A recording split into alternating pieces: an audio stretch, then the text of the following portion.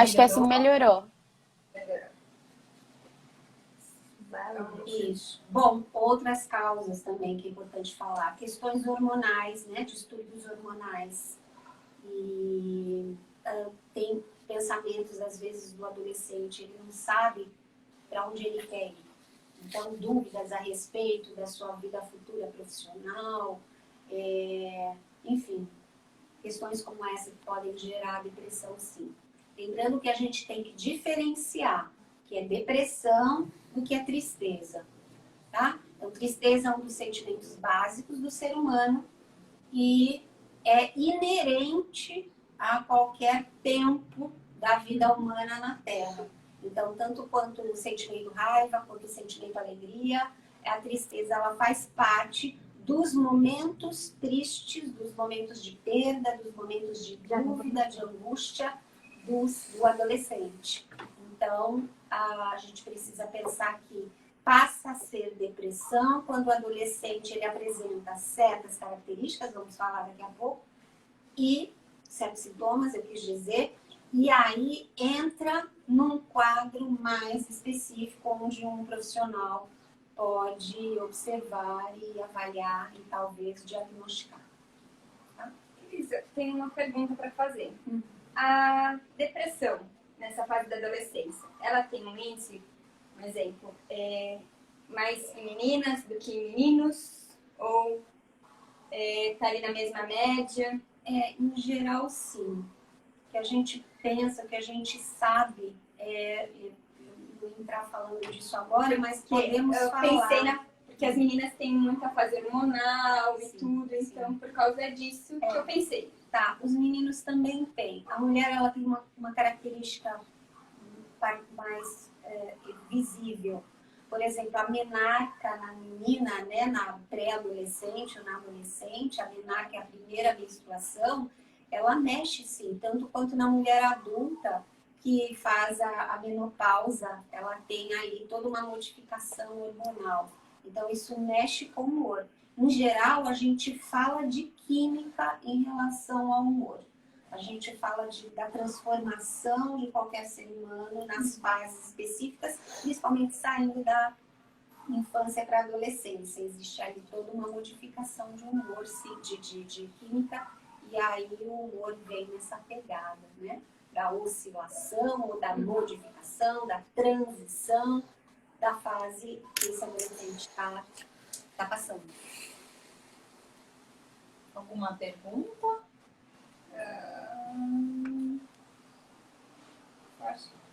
Não, podemos seguir.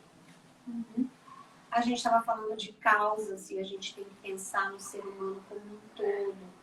Necessidades, então. O que o ser humano pensa? O que um adolescente pensa sobre a vida? Né? A Verônica está aí, ela pode falar para a gente um pouquinho, né? A Verônica está de participação especial aqui, como uma adolescente que tem experiência, pode falar o que pensava, o que sentia, qual era o comportamento, porque a gente tem que falar de adolescência e depressão como com bastante cuidado, porque se a adolescência já tem uma característica própria, o adolescente pensa, né, de uma forma, sente de uma forma e nem sempre extravasa, nem sempre fala sobre o que sente, e se comporta de uma forma específica, que é da idade, própria da fase. Imagine num quadro de depressão. O quadro de depressão na adolescência é um quadro onde se exige muito cuidado, porque pode existir explosões de raiva, por exemplo, alteração de fome. Às vezes uma adolescente ela está comendo demais, né, Verônica? Ou não comendo nada, ou enganando ali, não quer mais se sentar com a família, não olha nos olhos, prefere ficar ali, às vezes, com uma amiguinha, triplando, principalmente, né? Hoje em dia, nessa era digital, está facilitando muito camuflar sintomas e camuflar, alterar de alguma forma esse diálogo que poderia acontecer normalmente. Como é que foi para você, Verônica, se dar conta de tudo isso? Boa tarde. Então, a adolescência é realmente uma fase que a gente quer viver tudo, assim, muito em grande proporção, sabe? A gente quer ter todas as experiências, a gente quer fazer tudo. E realmente a gente sente as emoções muito maior do que elas são, né? Então a gente sente tudo em grande proporção, assim. E eu cheguei a frequentar a psicóloga durante uns 4 anos. Quando eu tinha acabado de entrar, assim, tinha acabado de sair da fase de criança, assim, uns 11 anos, estava entrando na pré-adolescência. Eu comecei a frequentar a psicóloga. Eu não tinha nenhum objetivo, eu comecei a frequentar porque meus pais achavam importante, né? Eles me colocaram, falaram, sempre bom, né? Já que temos condições, vamos colocar. E quando eu comecei a frequentar a psicóloga, depois que eu já estava fazendo 1 ano de consultas e acompanhamento, ela me diagnosticou com personalidade depressiva. E eu fiquei bem surpresa, porque pra mim eu achava que eu não tinha nada, né? Tava tudo normal. Achava que o que eu pensava e o meu comportamento era de adolescente normal, que eu não tinha nada assim pra me preocupar. Nas minhas ações, nos meus sentimentos, eu achava que tava tudo bem. Eu não conseguia ver nada de diferente. Mas com o acompanhamento da psicóloga, ela me fez perceber que muitas coisas estavam erradas, assim, que eu estava fazendo. Que eu estava muito desmotivada, eu já acordava com aquele pensamento de o meu dia não vai ser produtivo, eu não vou fazer nada de interessante. Eu não tinha muita vontade de fazer as coisas, não tinha muito prazer em nada que eu fazia, assim, até nas coisas que eu gostava mesmo, sair com os meus amigos, desenhar, que eu gosto muito de desenhar, eu não conseguia encontrar muito prazer nessas coisas que eu gostava de fazer.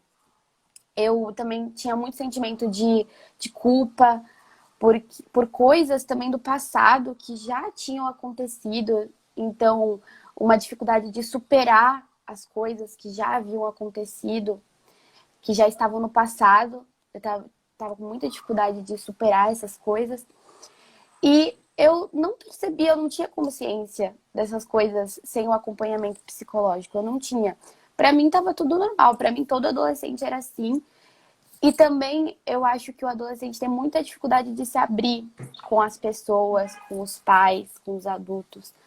Porque tem vários motivos específicos, mas acho que o principal é com medo de se sentir vulnerável ou com medo de... Como a nossa sociedade ainda tem esse preconceito assim com psicólogos, de se você vai pro psicólogo, você tá com algum problema, assim. Eu, por exemplo, quando comecei a frequentar a psicóloga, eu fiquei muito brava com os meus pais, porque eu não queria, eu achava que eles estavam pensando que eu tava com alguma coisa, né? Eu pensei, nossa, ele deve estar achando que eu tô doida, alguma coisa assim, né? Mas não tem nada a ver, a psicóloga é muito importante pra gente. Muito importante pra gente entender o que a gente sente, tudo assim. E eu comecei com esse acompanhamento, né? E ela começou com estratégias para eu ver o que eu tava passando. Porque eu mesma não conseguia enxergar todo aquele diagnóstico que ela tinha feito para mim. Eu não conseguia enxergar isso. Para mim eu tava vivendo normal.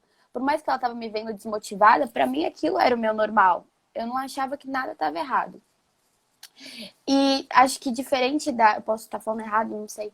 Diferente da depressão, eu acho que a personalidade depressiva, ela é mais por coisas que acontecem no dia a dia, assim, não é uma coisa muito genética ou biológica, assim, é uma coisa mais social, sabe? Do dia a dia, assim, com coisas que acontecem mais no dia a dia.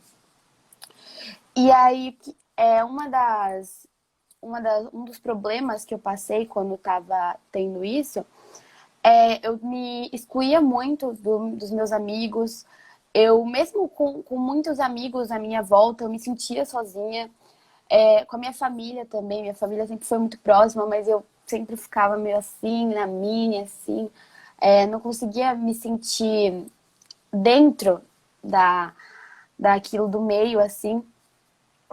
E basicamente foi isso, assim. Aí, com esse acompanhamento da psicóloga, eu consegui enxergar o que estava errado e comecei a trabalhar nisso para que eu conseguisse sair daquilo, sabe? Superasse as coisas do passado, esses sentimentos de culpa que eu sentia, ter uma visão do futuro que eu não tinha, que eu era muito pessimista em relação ao futuro.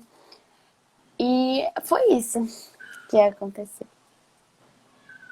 Bom, muito obrigada pelo teu depoimento. É muito difícil uma pessoa se expor assim, suas particularidades, suas questões psicológicas, né? Você trouxe aqui uma questão que é oportuna, que não é um quadro de depressão, né? Que você desenvolveu, mas um perfil depressivo. Isso a gente não ia falar, então você está dando uma oportunidade para a gente aqui, porque é um alerta. Muitas vezes a gente banaliza, por exemplo, a personalidade de um filho, de um membro da família, né? E diz, ele é assim mesmo, desde pequeno, é rabugento, mal-humorado, fechado. Frescurite da adolescência. Frescurite também. Ou se não, é assim desde pequeno, não gosta muito de sentar para socializar, não é muito de falar, a gente nunca sabe o que a pessoa está pensando, né? Precisa insistir muito para ir para um almoço de família, qualquer coisa assim. Isso pode acontecer e a gente tem que lembrar, por exemplo, do seu caso, provavelmente, muitos casos que não são identificados, não são diagnosticados, de adolescentes que têm esse perfil, de crianças que têm esse perfil de personalidade e que isso foi instalado em algum momento. Isso foi instalado a nível genético, então, né, que vem aí de uma possibilidade de genética, de herança no sentido genético, né? Não, você não vai desenvolver de qualquer forma, você pode desenvolver ou não. E também, aí não sabemos no teu caso, claro, de condições de convivência com esse núcleo familiar ou de vivências, de traumas, às vezes, de coisas que o adolescente ouviu e viu e sentiu para que essa personalidade se formasse assim. Nós temos que saber que a personalidade ela é formada um tanto pela genética, uma parte genética e uma parte vivencial até a adolescência. Esse é o nosso perfil de personalidade, é isso que é a nossa essência. E durante a nossa vida a gente tem chance, muita chance de lapidar, de melhorar, de quebrar paradigma. Tá? Você, por exemplo, Verônica, muito legal, obrigada pelo teu depoimento sensível, sincero, você falou muita coisa bonita aqui, válida. Você precisou de ajuda, então teus pais, de alguma forma, foram muito felizes, porque eles identificaram em algum momento que não era legal. Então, nossa filha é linda, é inteligente, né? Não pode ser isso o que ela é. O comportamento dela não pode estar expressando o que ela pensa, o que ela sente, mas estava. Porque você pensava e sentia de uma forma que não é proposital, ninguém fez nada propositalmente, mas você foi se desenvolvendo assim. As crenças limitantes que você ouviu, então que a vida não é boa, que a vida é difícil, coisas que você não lembra, né? Então, questões inconscientes que fizeram com que você desenvolvesse isso. E a psicóloga foi muito boa, muito bacana, muita técnica legal e fez com que você acordasse para isso, se enxergasse, despertasse e aceitasse, né? Porque isso é um fator importante. Você aceitar que tem alguma coisa é o principal. E a gente falou muito, deu uma cortada aqui na Cris, mas eu não queria deixar de perder esse link de... A Cris falou tanto a semana passada, quando a gente falou da infância, da observação dos pais, como eles observaram essa filha que estava precisando, que eles notaram um comportamento diferente. Que é o que a gente fala de prevenção, de tratamento. O que a gente fala é qualidade de vida envolve tudo. Nós vamos frisar isso depois. Envolve tudo isso. O que é convivência em família? Os bons pais, eles estão atentos. Não é vigiar só quem está aí no celular, sabe? Horário para voltar para casa.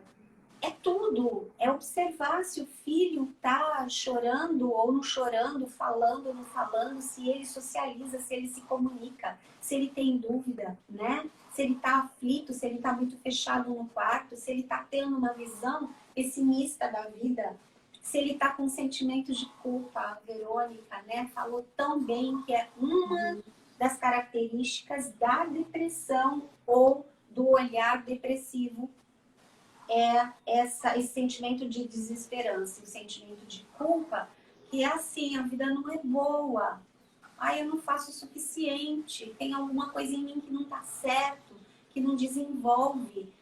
Sou eu que não quero, ou eu, por mais que eu me esforce, eu não supero isso, né? Ou ninguém me enxerga, ninguém me entende, caramba! Então tem tudo isso. E na adolescência tem tudo isso. Então agora a gente pode pegar um bom gancho aqui para os sintomas, para os sinais da depressão na adolescência, que são várias mudanças. Então, por exemplo, mudança de humor.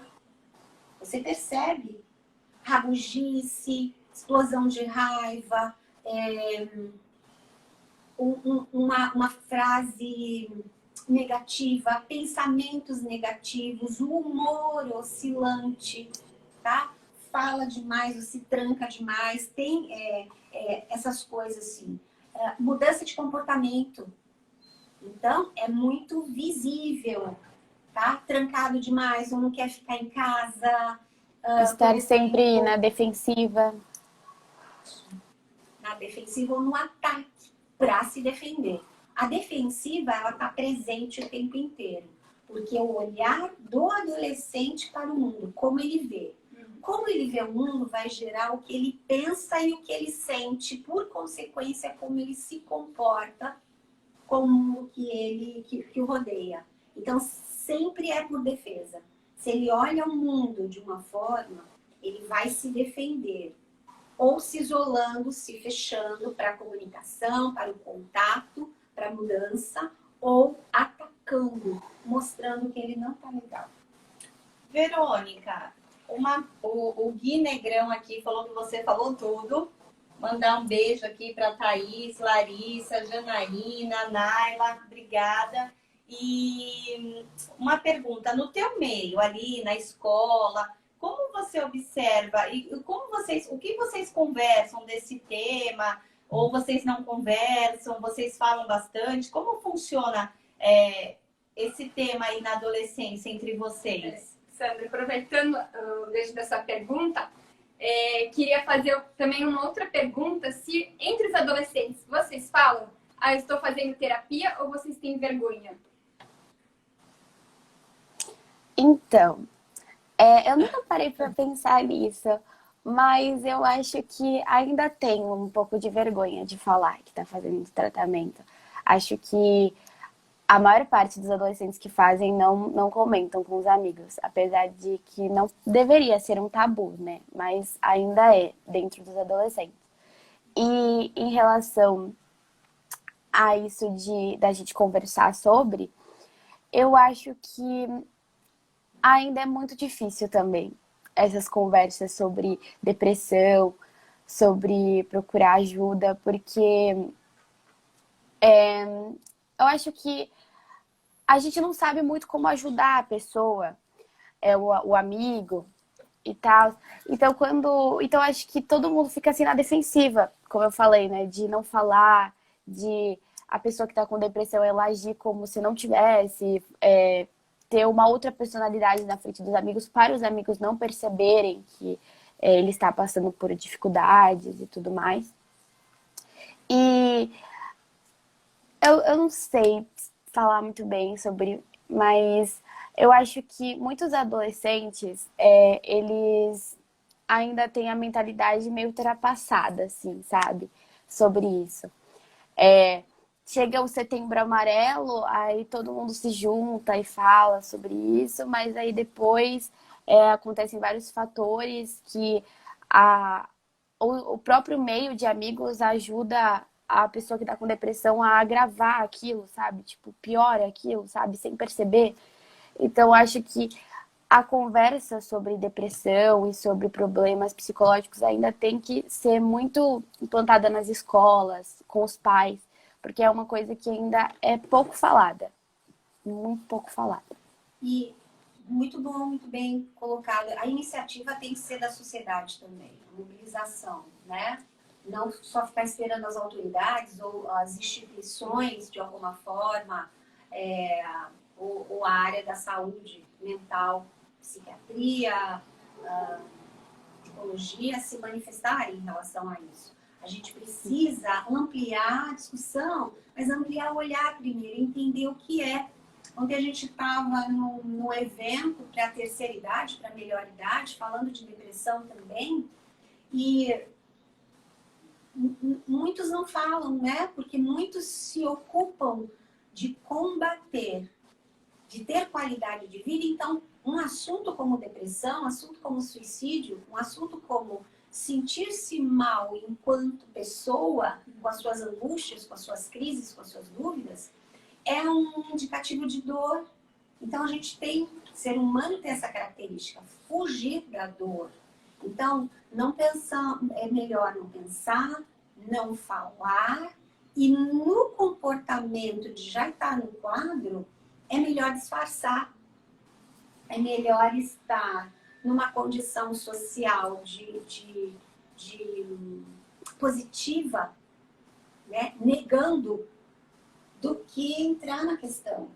Porque muitos não têm essa coisa de compaixão, né? Essa empatia. Nossa, o que você tem? Né? O que a gente faz? E aí, tudo bem? Mas não espera a resposta. O adolescente, ele já está com a sua própria crise, ele já está com suas próprias dúvidas, ele já está com as suas próprias buscas. No seu mundo de buscas, porque a fase de busca é a fase dos porquês, do que eu estou aqui, para onde que eu vou, de onde que eu vim, para onde que eu vou, como é que eu vou fazer. E aí, como é que ele vai olhar para o outro com empatia e compaixão? É muito difícil. Então, é muito legal você falar isso, e eu acredito, você já está num nível muito mais elevado de entendimento, Verônica, como outros adolescentes que me procuraram. Olha, eu pedi para os meus pais me trazerem aqui, ou eu estou aqui. Um dia, um adolescente de 16 anos, eu amei aquilo, foi um aprendizado e tanto. É Asperger, que é uma ramificação do autismo, eles são pésimos, só que eles têm uma comunicação muito limitada, né? Eles têm essa dificuldade de socializar e tal. E aí ele entrou e ele sentou eu sabia que ele tinha vindo com a mãe, e eu coloquei uma cadeira a mais, ele já sentou na poltrona, que seria dele mesmo, a mãe sentou do lado quieta, e aí eu olhei para os dois, falei, né? Iniciei a conversa e ele disse, olha, eu tô aqui, eu pedi para minha mãe para me matricular aqui, porque eu estou com questões familiares e eu não estou suportando os meus pais brigando e eu preciso de ajuda para aprender a lidar com isso. E a mãe ficou, e eu falei, olha, é isso. Eu acho que é raro, não é? Raríssimo. Então, conseguir pedir ajuda. Essa é uma forma. A outra forma foi o que a Verônica fez e que alguns jovens que eu já atendi também fizeram, que é serem levados naquela condição de acompanhamento psicológico, com todas as dúvidas, com todos os tabus, com todos os medos, com toda a raiva que dá muitas vezes de estar naquela condição. Tipo, eu não sou doida, que meu pai e minha mãe estão pensando, que eu sou um rebelde. Quantas vezes eu ouvi de pai e de mãe, olha, toma meu filho aqui, dá um jeito, que ele está muito respondão, está muito rebelde. Não é brincadeira isso, né? Não é fácil isso. E aí, a condição que a Verônica estava, né, era de aceitar com muito medo, muita raiva, muita indignação, digamos assim, aquela condição de estar ali naquele acompanhamento, mas de ficar e aceitar o desafio e depois de enxergar por que foi oportuno estar ali. Foi uma descoberta. Então, primeiro foi uma descoberta, foi um trabalho de aceitação, como a Sandra disse, foi um despertar e depois foi um trabalho de elaboração de tudo isso para poder virar o jogo, né? Então, talvez você ainda tenha essa raiz, esse perfil depressivo na tua personalidade, que é uma coisa que não é culpa sua, viu, adolescentes, jovens aí, não é culpa de vocês, tá? Isso é fruto do medo, fruto de genética. O legal é quando os pais, como os pais da Verônica, fazem, que é prestar atenção, achar que tem alguma coisa ali que eles não sabem definir o que é, pedir ajuda para os profissionais. E aí poder fazer um trabalho bacana. A gente estava falando já emendando, voltando aqui para o assunto, de sinais são esses da depressão na adolescente. Só uma coisa, eu acho que o que acontece bastante é que quando o adolescente está passando por uns problemas assim psicológicos, ele procura ajuda em um amigo, né? Só que assim, adolescente ajudar outro adolescente é meio complicado, né? Porque a gente não tem o conhecimento, não tem como ajudar. Mas por a gente não ter esse conhecimento, não falar sobre isso, a gente não vai falar, procure um psicólogo, conversa com seus pais. Não vai falar isso, porque a gente mesmo não sabe como lidar, a gente não sabe como responder. Então aí a gente começa a ajudar, né, dentro das amizades. Só que isso é também muito complicado, porque as amizades são passageiras, principalmente para adolescente, é muita mudança. Então aí você tá se abrindo para uma pessoa, botando nela aquilo, tipo, a pessoa tá te ajudando, tá sendo como uma base para você, e aí acontece alguma coisa entre essa amizade. Aí vocês param de ser amigos. Piora a depressão da pessoa. Porque a base que ela tinha, ela não tem mais, que era aquele amigo que estava ajudando ela. Então, realmente, acho que a sociedade tem que falar mais sobre isso, falar que é normal você ir no psicólogo, que é bom, pra gente não ter mais esses tipos de problema também. Muito bem falado. E para quem tem filhos, né? Jovens, crianças, os adolescentes, é importante que eles saibam que os melhores amigos são os membros da família. E se nessa família a qual eles pertencem existem elementos, pessoas que não são boas, que não são confiáveis, que essas pessoas sejam identificadas, e aí lógico que a ajuda não vai ser pedida para essas pessoas negativas, mas se um jovem tem uma referência positiva dentro da família, é importante que se diga, porque isso é muito verdade, que o seu melhor amigo é o que está do teu lado ali dentro da família, mesmo que seja uma pessoa só. E se você, jovem, não tem dentro da família alguém, vai buscar uma referência, vai buscar uma avó, vai buscar um tio, vai buscar um irmão mais velho, vai buscar um professor, vai buscar orientação na escola, vai buscar alguém que possa servir de referência. E os encaminhamentos ficam mais fáceis a partir disso.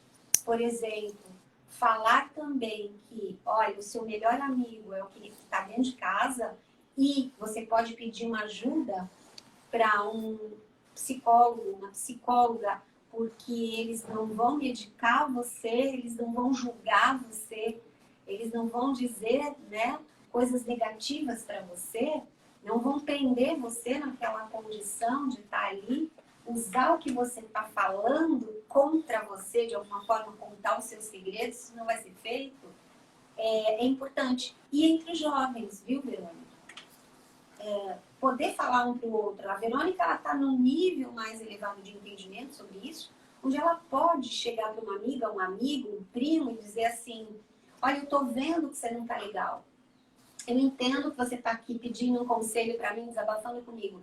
Mas vamos pensar quem mais pode ajudar você nesse momento.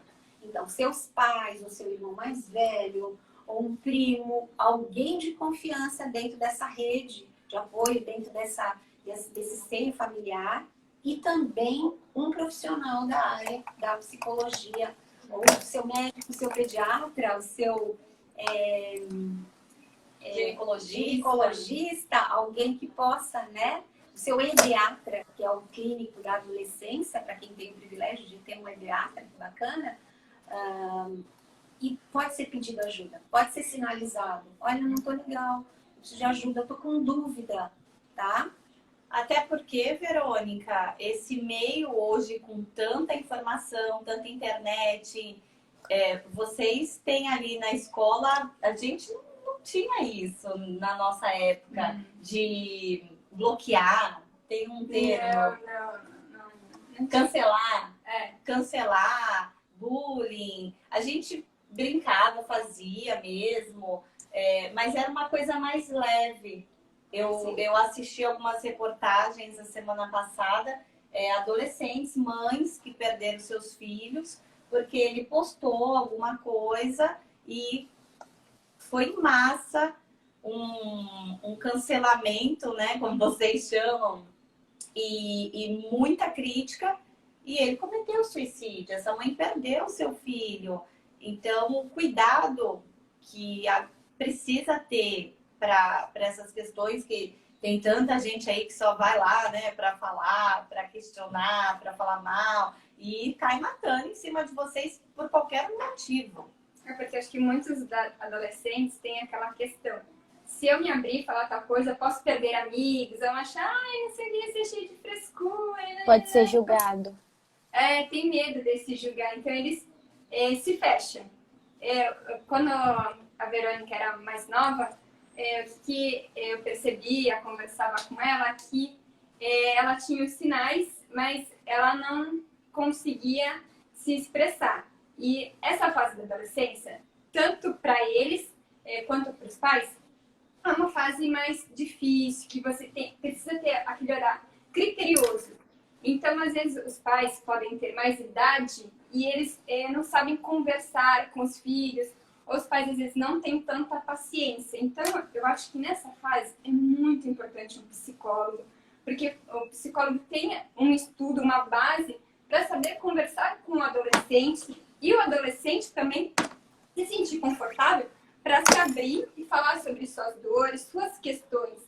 Então, nessa fase, ao meu ver, eu acho que todos os adolescentes deveriam ir no psicólogo, entendeu? Porque é muito importante, porque todos os adolescentes têm conflito de relacionamento, de amizade, escola, e tudo é muito intenso para eles. Se uma amiga, não quer mais sair, ou porque tá acabando se juntando com outro, não porque desgostou. Não gosta mais, não sou mais sua amiga. Para eles é muito intenso isso, entendeu? Para nós adultos, tudo bem, tá? A gente... Ou não. Vamos falar na semana que vem. Mas para eles é muito intenso. Então, eu acho que essa fase, frisando novamente, é muito importante o acompanhamento psicológico. Precisa haver o respeito, primeiro, pela existência daquele adolescente, pela fase que ele está passando, e um entendimento grande pelo que significa ser adolescente. Adolescer não é mais criança, não pode mais ser tratado como aquele serzinho que não tem opinião, que só chora porque está com fome ou porque ralou o joelho. Que não discorda, aceita, né? Porque quando é criança a gente fala, eles aceitam. Adolescente já começa a ter opinião. E entender, às vezes, por que a fala daquele adolescente está com um pouco mais de raiva, está com um pouco mais de energia, ou por que a fala daquele adolescente, a resposta ou a pergunta está com poucas sílabas, poucas palavras, né? Quando o recado está mais rápido, quando ele não quer ali naquele momento discutir, dialogar sobre aquilo, revelar o que está passando na cabeça dele, dentro dessas mudanças, existem sinais, por exemplo, baixo rendimento escolar, dores físicas, às vezes alteração do apetite, alteração do sono, ou às vezes o adolescente, a Verônica falou sobre isso até, o adolescente gostava de fazer certas atividades e aí está demonstrando desinteresse por aquilo. Essa questão da confiança é muito importante. O adolescente que não tem confiança, então os pais que nasceram primeiro, ok? A gente não pode ficar esperando que o adolescente fale, olha, eu preciso de ajuda. Os pais, os adultos que estão em volta, eles têm que ter um olhar de entendimento sobre os filhos, não importa a idade, até o filho adulto, né? por que tá quieto demais, por que tá falante demais, por que tá nervoso, por que tá apático. Né? Às vezes a apatia em geral é um dos sintomas, um dos sinais. E gerar um relacionamento, um vínculo de confiança, tanto em relação aos pais como em relação aos profissionais que atendem um adolescente, é importante demais, senão ele não vai abrir.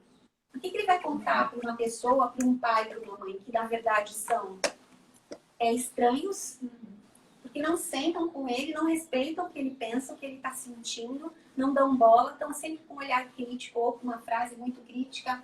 Ah, você é mal-humorado. Ah, não olha, não vem com opinião aqui, é coisa de adulto. Ou senão, vai ser rebelde mesmo. Ou não é assim, quando você crescer, você vai ver. Coisas desse tipo que só afastam.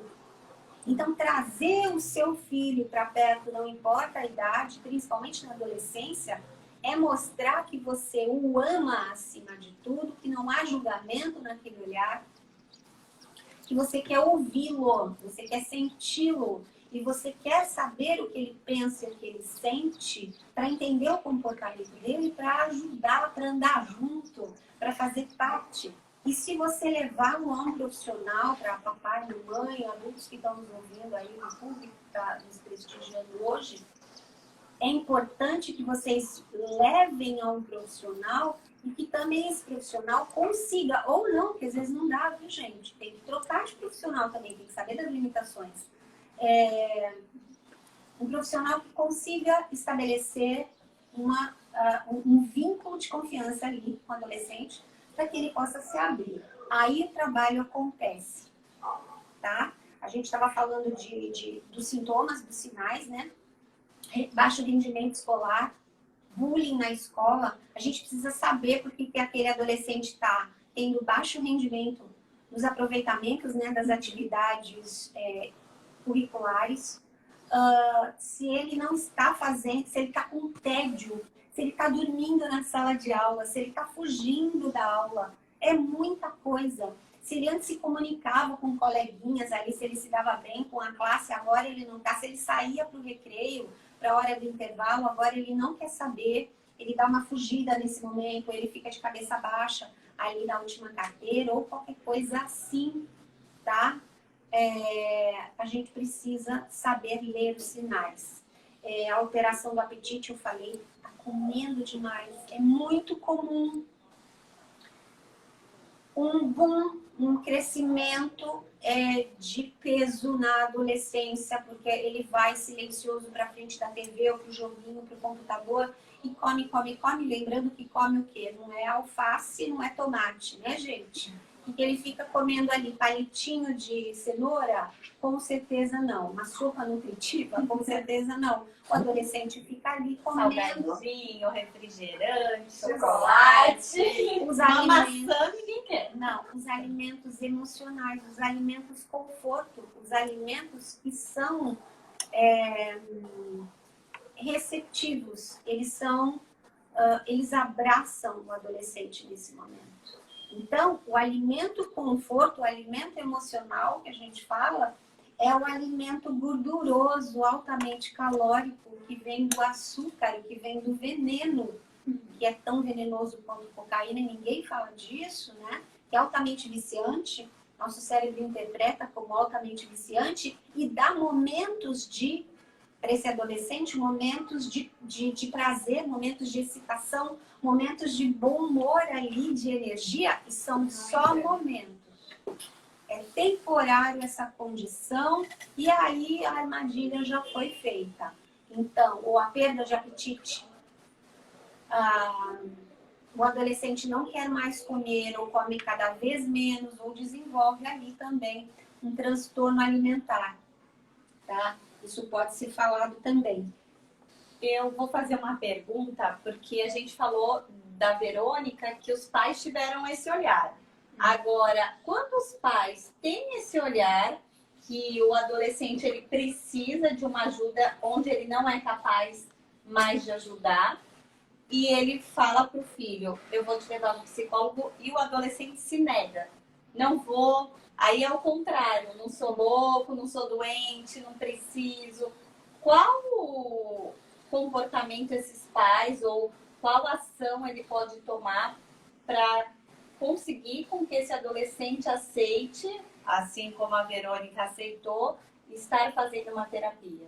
Nada pode ser forçado, mas lembrando que os adultos da casa são responsáveis por um adolescente menor de 18 anos, né, em vários sentidos. Mas como respeitar, então, o não do adolescente e, ao mesmo tempo, ajudar esse adolescente, dando uma condição ali de saúde mental para ele? É sentar para conversar. Então, em quem que o adolescente confia? Então, se ele está dizendo não para os pais, por que ele está dizendo não para os pais? Porque ele não confia ou porque ele não conhece o trabalho da psicoterapia, da psicologia, né? Ele não entende por que então ele está sendo levado ali. Então, primeiro, descobrir por quê. Segundo, é dar condições para que esse adolescente entenda que ele vai estar naquela condição de acompanhamento psicológico como algo positivo e vai agregar valor ao mundo dele, ao mundo dos sentimentos, das emoções, né? Enquanto saúde mental. E aí, pedir para ele dar essa chance, mesmo que ele fique mudo. Eu já tive casos de que a criança ou adolescente cruzava o braço e dizia, tá bom, tá aqui, meus pais já conseguiram me trazer aqui e agora, tipo, te vira, tipo, né? Te vira, eu não quero estar aqui, eu não quero falar. Ele já está sinalizando. Já está sinalizando. Que ele está fechado. E aí vai também da condição profissional, né? Da técnica ali do profissional, de explicar. Olha, primeiro os pais explicarem, os adultos da família explicarem. Se não for possível, alguém que esse adolescente confie, um irmão mais velho, um tio, um primo, um amigo da família, para explicar, convidar para conhecer o trabalho, tá? Que não vai ser na primeira sessão, mas a primeira sessão ao mesmo tempo é importante para quebrar esse gelo, e passar para os profissionais que vão assistir esse adolescente para que eles expliquem, para que eles façam esse trabalho de acolhimento e mostrem que é possível que seja bem positivo, sim, o resultado de tudo isso, tá? E se naquele momento o adolescente está sinalizando que não, e aquilo está ficando muito indigesto para todos, respirar um pouco, escolher um outro momento, escolher um membro da família que possa estar junto, um amigo, tá? E usar exemplos, né? Também, olha, filho, eu também tenho medo. Olha, filha, eu também tive pensamentos confusos, negativos. Olha, eu também estava revoltada numa época e eu também não sabia lidar com as minhas emoções. Então, eu acho que você está tendo essa oportunidade, aceite. Isso é possível, tá? Isso dá um bom resultado, sim. Acho que, então, os pais têm que ter um bom relacionamento com os filhos, né? Porque eu penso que quando os pais são muito opressivos, o adolescente fica meio assim de falar, não se sente confortável. E quando os pais são muito liberais, o adolescente sente que os pais não se preocupam, então ele não se sente também à vontade de falar, porque ele acha que não vai mudar nada. É o equilíbrio. Que os pais não vão ligar. A gente falou antes de começar a live exatamente sobre isso. Como é difícil o equilíbrio das relações. Depois a gente faz uma live só falando do equilíbrio das relações. E aí, dentro disso, o equilíbrio das relações, a comunicação aberta, prestar atenção, ouvir, né? Entender ali que se ele está com uma angústia, o adolescente está com uma angústia, ele tem que ser ouvido, né? Ele não tem a chave para todas as questões assim tão fácil, né?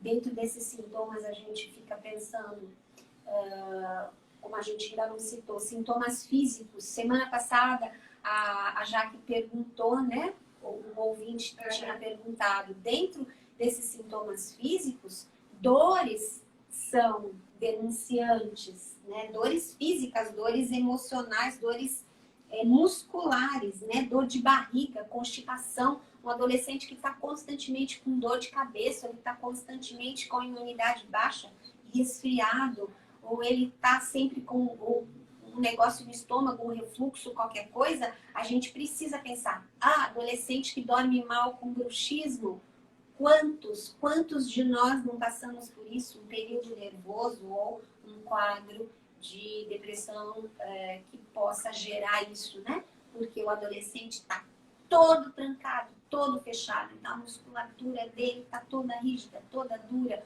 o corpo está fechado, está duro, retesado para dormir, então ele está com dores pelo corpo, ou ele está sempre tenso. Prestar atenção também nesses sinais. As mutilações. O adolescente já começa, né, Cris, a se mutilar? E são 3 tipos, né? São machucados. Adolescente se machuca muito, tá sempre com machucado. Ah, o que você fez? Ah, eu tropecei. Ah, eu torci o dedão. Ah, eu... Eles deu um soco na parede. No azulejo do banheiro, que é uma parte da casa onde aguenta firme, não faz barulho, tá? Quebrou alguma coisa, sabe? Quebrou uma caneta, se cortou. Queimaduras. Ponta de cigarro, aquela brincadeirinha perigosa com isqueirinho, com fósforo. Que mais? Mutilação. O cutting, vocês já ouviram falar? To cut, em inglês, é se cortar. Então, os autocortes, as autofissuras, que são muito comuns, que não são usadas, gente, precisa ser diferenciado isso, não são usados para o suicídio. O cutting, ele não é usado para o suicídio numa veia principal, tá? De morte mesmo, que vai gerar morte. Mas são machucados para aplacar a dor emocional. É a automedicação da dor emocional. Então, a automutilação, o autoferimento, a autoagressão é um movimento do adolescente para si mesmo, em partes do corpo não aparentes. Coxas, pés, tá? Por exemplo, barriga, onde não vai ser ali visto dentro de casa, enfim, num momento social, num aniversário, num almoço de família, ninguém vai perceber, mas ali naquele momento de dor intensa, de raiva, de angústia intensa, de crise emocional intensa, onde ele vai usar ali um objeto, tá? Qualquer objeto que seja, para deixar a marca. Porque aquela marca é a marca da dor emocional. Então, é uma coisa que não é aparente, mas acontece muito. Uma outra característica dessa fase de depressão para o adolescente, e que às vezes a gente acha que ele está fazendo porque ele quer contrariar, ele quer ser diferente, ele quer aparecer no meio dos outros, é falar sobre morte.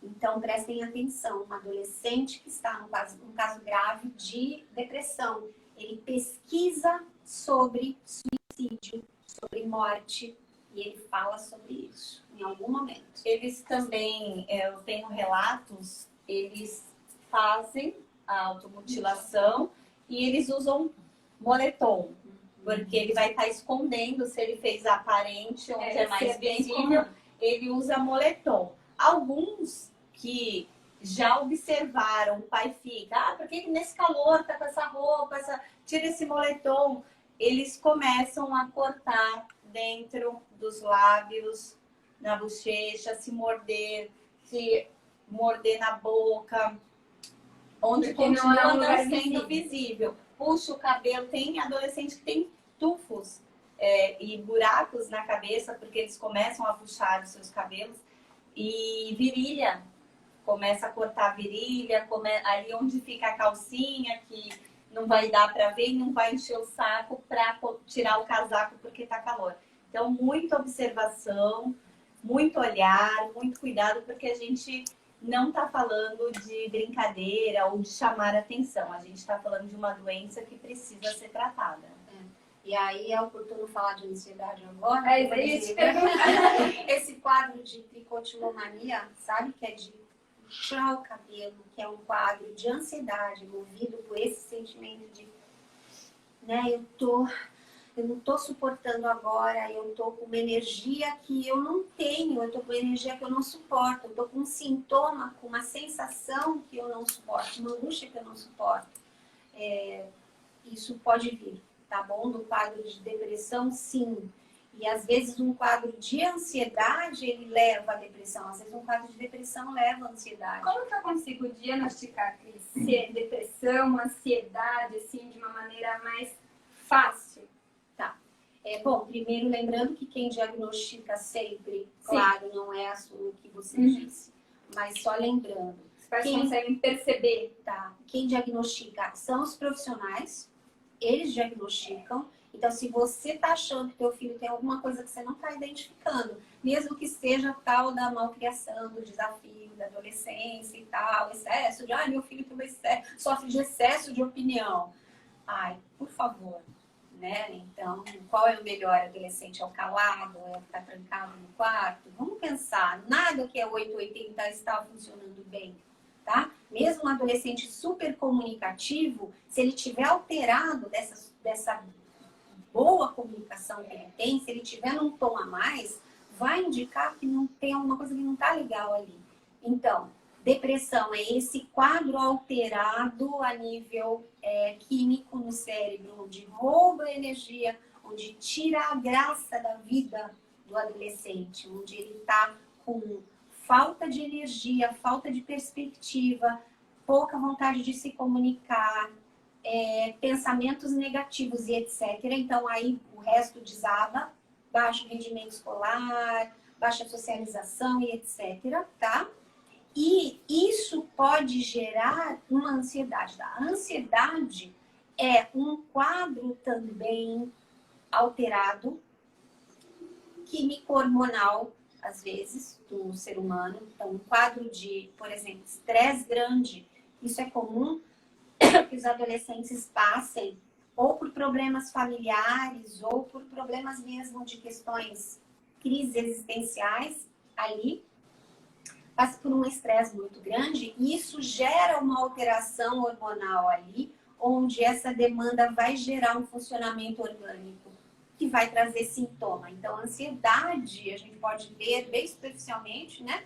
Hoje, falando, é esse sintoma. Então, coração acelerado, mão fria, uma tremedeira, às vezes dá dor de cabeça, uma sensação de abafamento na respiração, os pulmões parece que não estão dando conta de fazer aquela coisa, né? Hiperventilação, então, né? E uma aflição medonha que dá no adolescente nesse quadro de ansiedade, e aí isso é um sinal onde a gente pode olhar e falar, opa, ali tem coisa, vamos lá, vamos conversar a respeito. E identificar sempre, gente, identificar. O que está fazendo com que aquele adolescente esteja com menos energia ou com esse excesso de energia, digamos assim, no caso da ansiedade. Vamos identificar de onde veio isso. O que causou, Também... como é que a gente pode dar conta, tá? Tratamento, para poder chegar aí num estado mental bacana. Também tem que conseguir identificar que tipo de ansiedade que é, né? Porque a gente tem a ansiedade normal, né? Que todo mundo se sente um pouco ansioso. E tem a ansiedade mais psicológica mesmo, a ansiedade mais de doença, assim, né? Quando a Jaque pode falar, que a Jaque é minha irmã, né? Eu sempre fui uma menina muito ansiosa, assim, muito energética. Quando a gente ia viajar, eu não conseguia comer antes de viajar, de tão ansiosa que eu tava para aquilo. Uma ansiedade, assim, normal, passageira. Mas normal, assim, quando eu tava frequentando a psicóloga ainda nesses 4 anos, eu comecei a ter alguns transtornos de ansiedade também.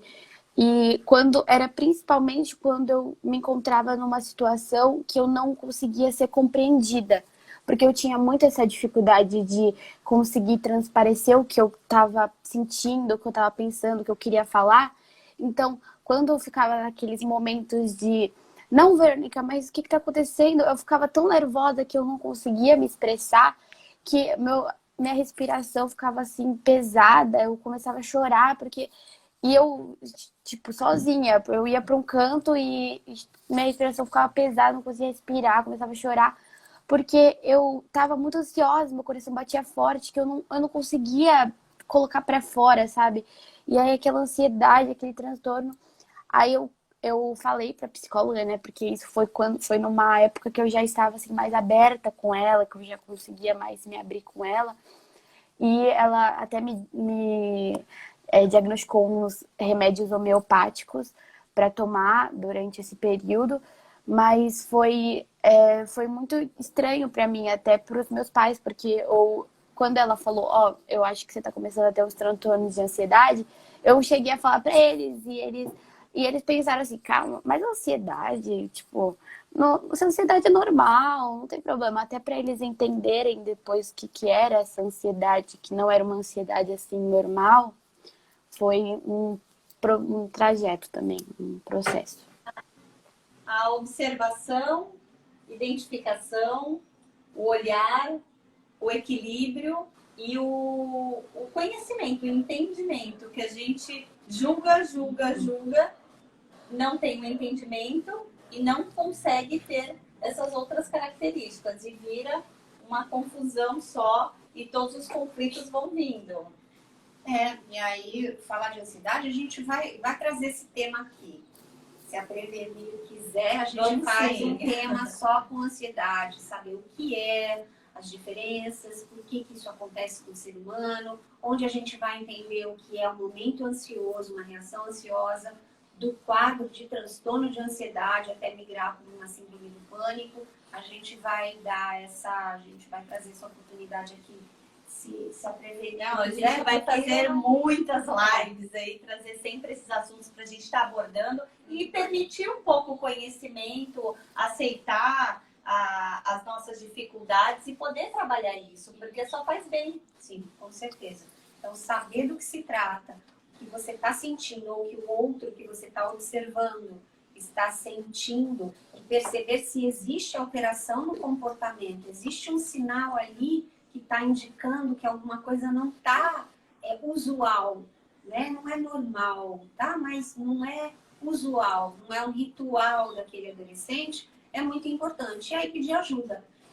Nesses tempos de pandemia, é importante que a gente já está chegando aí no final, é importante que a gente fale sobre o que está acontecendo e o quanto o quadro de depressão aumentou dos adolescentes, inclusive. Tem um estudo que a USP fez, eu citei semana passada, o Instituto de Medicina lá e Psiquiatria fizeram, observando, monitorando, na verdade, 7.000 jovens entre 5 e 17 anos e observou-se que o resultado foi apresentado na comissão de Covid, de combate ao Covid, agora em junho desse ano. Eles ficaram um ano, de junho do ano passado até junho desse ano, monitorando. E aí eles fizeram toda a avaliação disso. Desses 7.000, 27%. 1 a cada 4 jovens desenvolveram transtorno mesmo, de depressão ou ansiedade, ou os dois associados, né? A depressão ansiosa, por exemplo, por causa da pandemia. Então, o que indica? Indica que o adolescente ele está muito atento ao momento, ao ambiente também, ao ambiente do mundo que ele vive, da família a qual ele está inserido. Então, vivenciar as dúvidas dos adultos, às vezes a perda do emprego do pai, dificuldades financeiras, o medo da contaminação desse núcleo familiar, a proibição, né, o distanciamento social, o isolamento em todos os sentidos. Então, não foram mais para a escola, não puderam mais fazer vida social com os amigos, primos. Ficaram com a fobia social. A fobia é um pouquinho mais elevada, né? Algumas pessoas podem, vou até citar uma questão aqui, que tem um termo que está se falando muito, que chama síndrome da gaiola. Até eu anotei isso, síndrome da gaiola, que faz uma referência aos pássaros que são criados em cativeiro. E é esse medo do retorno para o presencial, que é o medo de voltar à escola dos adolescentes e o medo de sair de casa. Os adultos também têm, tem gosto de usar, que chama-se Fear of Going Out, que é um transtorno, que é um medo causado pelo isolamento também, pelo distanciamento muito prolongado, tá? Para migrar e virar uma fobia, aí tem outras questões, né? Outras questões que fazem parte. Nessa pandemia, esse adolescente, ele vivenciou a interrupção, a limitação de toda essa questão que ele estava acostumado. O mundo não é mais como era antes. Está tudo modificado, o medo da contaminação e o desejo muito grande, a excitação e o desejo grande de extravasar essa energia que é próprio da fase, socialmente, que foi proibido. A outra coisa também, perdas, porque perdas nessa fase de pandemia, a perda de familiares, de entes queridos, de amigos, ou de, quando você vê na televisão alguém conhecido, um artista, qualquer coisa, tem a ver com outras questões, tem a ver com o mundo tá diferente, eu não tenho domínio sobre isso, não é uma perda por alguém que morreu por uma idade avançada ou porque estava com um problema cardíaco. Morrer por Covid, perder alguém por Covid nessa fase de isolamento, de incerteza do retorno, tá? Do medo do retorno, é um medo muito particular que está assolando todo o planeta Terra, né? A gente tem aqui no Brasil particularidades, fake news, problemas, pessoas com cargos de poder que estão lutando contra o tratamento, contra a vacina, contra a divulgação de informação clara. Tudo isso está servindo muito para angustiar as pessoas e para trazer os sintomas, por exemplo, que seriam normais de ansiedade, de uma situação desconhecida, nova, para migrar para um possível transtorno, tá? Eu acho que a gente precisa falar disso também. Suicídio. Vamos falar rapidamente para não pesar o assunto. Vou começar só, antes de você começar, vou mandar um beijo. Juninho, Alisson, Adriana, Cássia, Nenê, Brandi, Jean. Eu também tenho uma pergunta. Jeane, Diego, obrigada pelo comentário, obrigada por estar participando e prestigiando a gente. Obrigada a todos. Pergunta? Eu queria entender mais sobre a crise de pânico. Eu tenho amigas que têm crise de pânico e eu tive que ajudar eu fiquei naquela, sabe, que eu não tenho, eu não sei, eu queria saber. Tá. A gente vai ter a oportunidade de trazer isso, né? Porque é um assunto importante, né? Tem bastante informação, mas resumidamente, o síndrome do pânico, ela é um grau mais elevado do que o transtorno de ansiedade. Ela gera todos aqueles sintomas que a gente sabe de passar muito mal, respiração abafada, que a gente falou daqui a pouco, os pensamentos muito negativos, eu vou morrer, eu vou infartar, eu não consigo sair na rua, eu não consigo, né, nem dizer direito o que eu estou pensando, o que eu estou sentindo, e isso precisa ser diagnosticado tanto o transtorno de ansiedade, que é um grau a mais que a ansiedade normal, que é para a nossa sobrevivência, né? E o síndrome do pânico, eles têm que ser diagnosticados por profissionais qualificados, tá bom? Falando de suicídio, de um grau a mais, falando de um grau a mais, né, Sofia? O suicídio, ele é o comportamento da desesperança. Mais de 90% das pessoas, portanto aqui dos adolescentes, que praticam o suicídio, ou que tentam, pelo menos, o suicídio, são pessoas que têm um quadro de transtorno mental, por exemplo, depressão, que é o nosso assunto de hoje. Meninas tentam mais técnicas menos letais, que não dão muito certo. Talvez por medo, talvez por falta de informação, a gente não sabe, mas existem dados que indicam isso. E os meninos tentam 4 vezes mais. Meninos, desculpe, os adolescentes.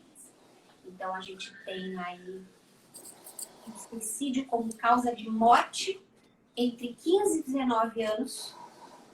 Nos países como um todo, não é só no Brasil, é a segunda ou terceira causa de morte entre 15 e 19 anos, o suicídio. Isso é muito triste. Isso é muito triste. E para fortalecer, que é um problema de saúde mental, é um problema de saúde pública, desculpa, e a gente vai precisar sempre estar abordando, não só no Setembro Amarelo, voltando a falar sobre isso. Tem 15 dias que uma garota se suicidou também, um caso próximo, e enquanto pessoas não têm por perto, acham que está muito distante, e está mais perto do que a gente imagina. É muito próximo, e uma dica para saúde pública observar isso é que não existe políticas públicas para identificar. Então, se alguém se jogou de um prédio, ele vai entrar no hospital como trauma, não como suicídio. E fica muito difícil computar esses índices. Se a gente já tem esses índices com pouco estudo ou pouco fatos para você trabalhar diante dessas pesquisas, imagina se a gente tem um programa em hospitais e equipes capacitadas para esse acolhimento, tendo todo esse cuidado, isso vai aumentar muito. Com certeza. Bom, por causa de todas as demandas que a sociedade traz, saúde pública, saúde física pública, para todas as idades, as gestantes, as crianças, enfim, idosos.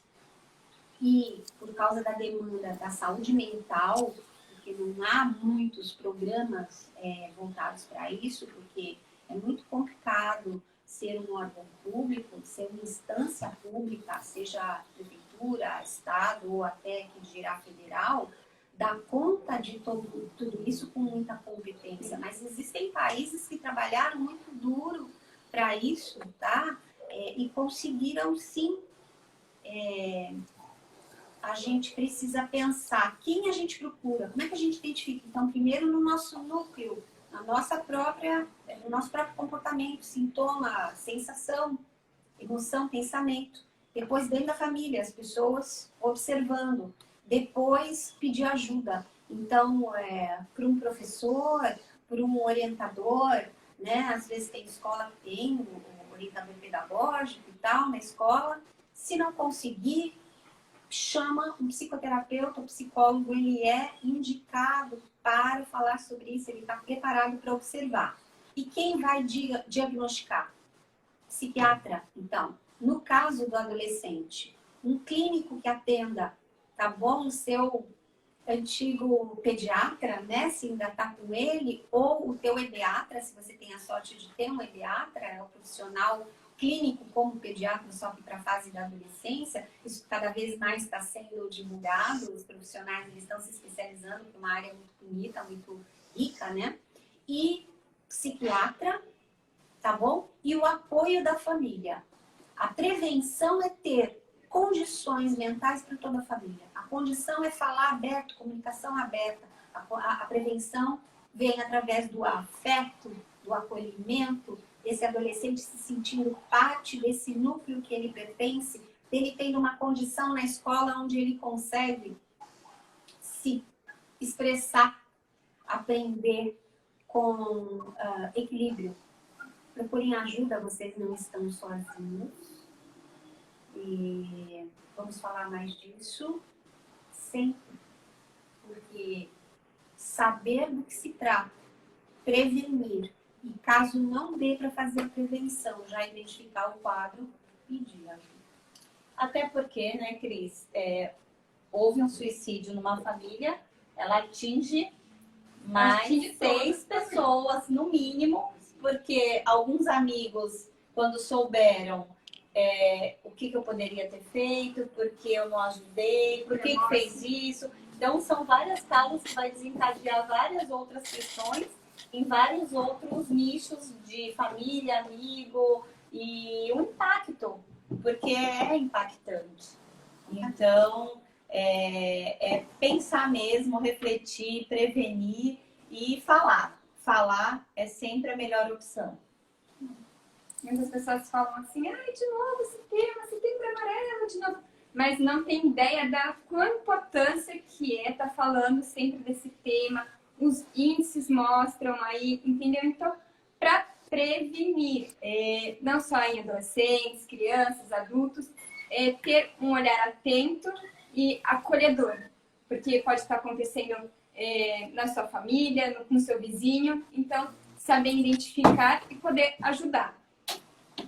É isso. Obrigada, Sandra Afonso. Obrigada Olha, mais bem-vinda uma em palestra, vez sempre pela bem. presença, Obrigada. Cris maravilhosa, Muito Jade, conhecimento. Sofia, nossa Obrigada, Sofia. nossa ajudante. Verônica, obrigada Obrigada, por Verônica. participar, falar e mostrar todas essas questões pra gente, que a gente já não tá mais adolescente, a nossa adolescência foi diferente e a gente sabe que vocês passam por várias questões, inclusive os conflitos. A gente vai trazer outras lives de conflitos, de relacionamentos e relações, porque o conflito do adolescente com o pai de outra geração, com uma outra cultura é grande. E a gente começou já falando sobre a infância, a adolescência. Semana que vem são os adultos, não é porque a gente é adulto, a gente não tem todas essas questões e cobranças conosco.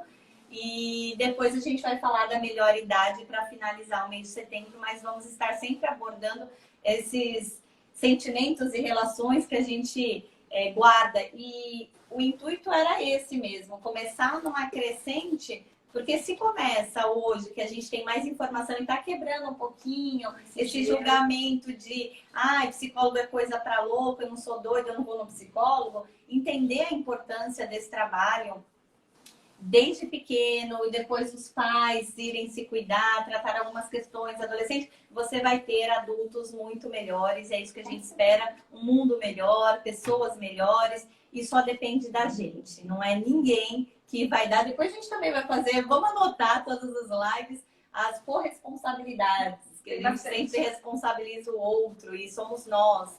Então, muito obrigada por quem esteve aqui, participou, mandou perguntas e fez com que esse nosso bate-papo fosse tão rico. Vamos tirar uma foto? Todo mundo? Vamos. Então, Verônica, dá Uma um foto. sorriso pra deixar de capa. Calma aí. 1, 2, 3 e... Foi! Obrigada. Obrigada pela Semana que vem, oportunidade. sábado, 11 horas. Obrigada pela oportunidade, gente. Obrigada. Imagina. Tchau, meninas. Tchau, tchau.